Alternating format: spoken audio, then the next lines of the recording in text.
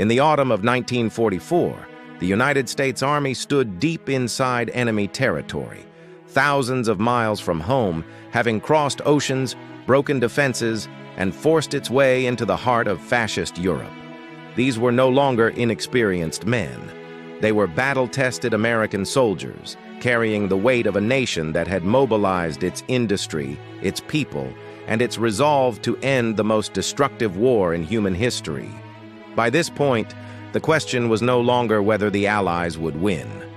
The question was how much longer the enemy could resist, and the enemy knew it.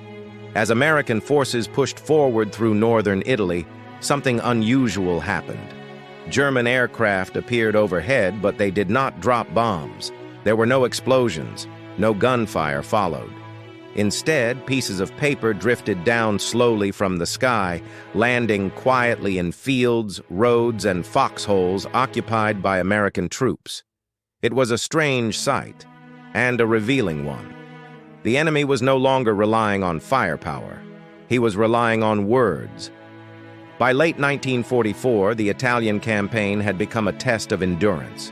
The fighting was slow, deliberate, and exhausting. The Po River Valley turned into a landscape of constant rain, mud, and cold nights.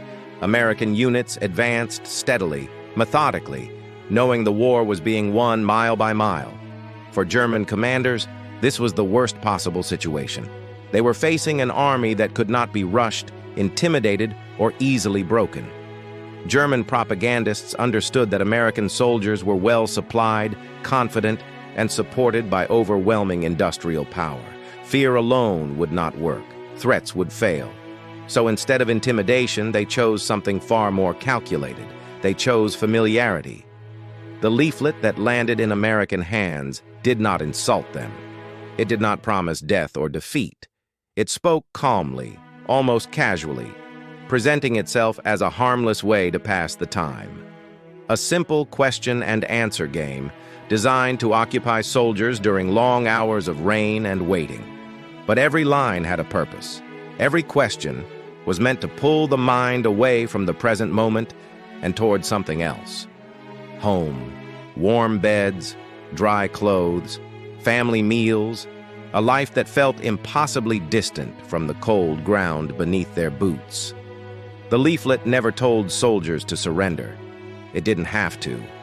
Its purpose was to introduce doubt, to slow the mind, to ask a single quiet question that lingered longer than the paper itself.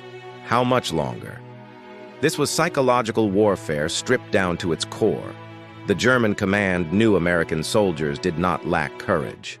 What they hoped to weaken was patience. A tired man might hesitate. A distracted man might lose focus. And in combat, even a moment of hesitation could matter. But the reality was very different from what the Germans hoped. For most American soldiers, the leaflet did not weaken morale. It exposed desperation. Many laughed when they read it. Some kept it as a souvenir, a reminder that the enemy had been reduced to dropping paper instead of bombs. Others discarded it without a second thought. What was meant to undermine confidence instead reinforced it. The enemy was running out of options. Historians agree that these leaflets rarely produced measurable results, but they continued to be dropped anyway. Not because they worked well, but because desperation leaves few alternatives. When tanks are gone, when air superiority is lost, when the battlefield can no longer be controlled, words become the final weapon. And that fact speaks louder than the leaflet itself. This single piece of paper, forgotten in the mud of Italy, tells us something essential about the state of the war in 1944. It shows an enemy who knew he could no longer stop the American advance with force. It reveals a moment when psychological warfare became a last line of defense, not a strategy of strength, but a sign of decline. By that point in the war, the United States Army was not something to be frightened away. It had to be convinced, and even that failed.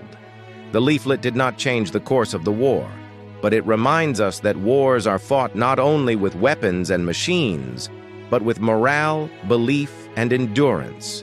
And in that quiet battle, the battle of words, American soldiers proved that they could not be broken. Paper fell from the sky that day, not to kill, not to destroy, but to persuade. And it wasn't enough.